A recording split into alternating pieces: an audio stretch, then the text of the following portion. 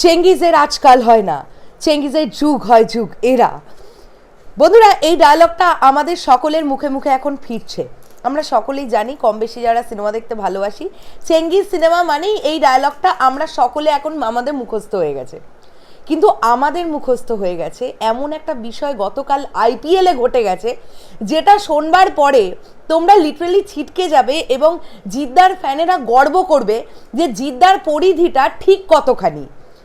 IPL যারা কালকে দেখতে গেছিল, যারা খেলার প্রেমী মানুষ, ক্রিকেট প্রেমী মানুষ যারা, তারাও চেঙ্গিজের ডায়লগ নিয়ে যে উৎসাহটা দেখাচ্ছে এবং তারা যেভাবে ডায়লগটাকে ইউজ করেছে সেটা আমি তোমাদেরকে বলবো এই ভিডিওর মধ্যে।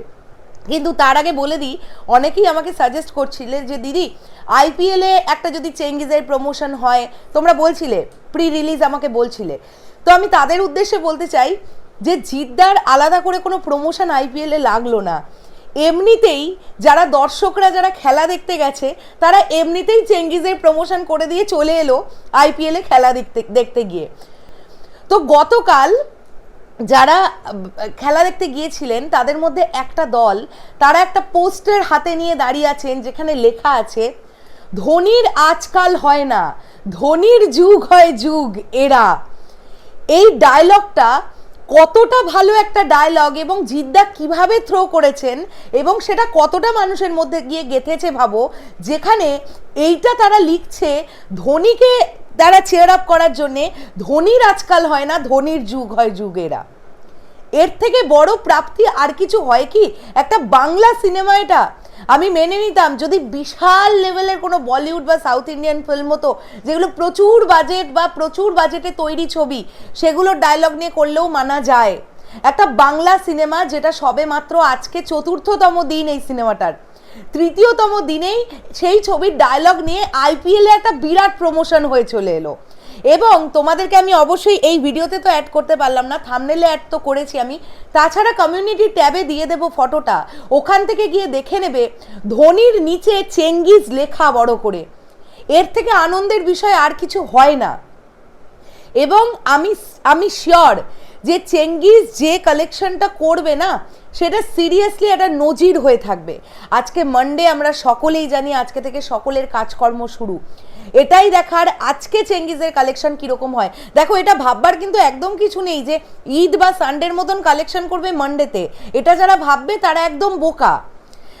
যে কোনো সিনেমার, যে সিনেমাটা বিশাল চলে, সেই সিনেমাটাও মানডেতে গিয়ে একটা মানে একটা নেমে যায় আর কি, বক্স অফিস কালেকশন, ঠিক আছে, অনেকখানি নেমে যায়।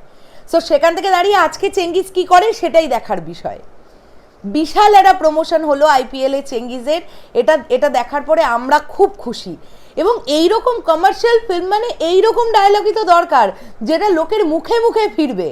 এমন ডায়লগ লেখো ভাই, যেটা মানুষ রিলিজের 1 বছর 2 বছর পরেও মনে রাখবে যে চেঙ্গিজ বলে একটা সিনেমা এসেছিল, সেটার এরকম একটা ডায়লগ ছিল, ফাটিয়ে ফাটিয়ে। এবং এই জন্য আমি থ্যাংক ইউটা জানাচ্ছি সুরজিৎদাকে। সুরজিৎদার ফেসবুক পোস্টের মাধ্যমে আমি বিষয়টা জানতে চাই এবং সুরজিৎদা ভীষণ ভালোভাবে লিখেছেন। সুরজিৎদা নিজে একজন জিদ্দার ফ্যান, আমরা জিৎ ফ্যান পাগল ফ্যান হোয়াটসঅ্যাপ গ্রুপের একজন মেম্বার। তো সুরজিৎদাকে অনেক থ্যাংক ইউ এই পোস্টটা করার জন্য। এটা আমাদের সকলের কাছে ভীষণ আনন্দের একটা বিষয়।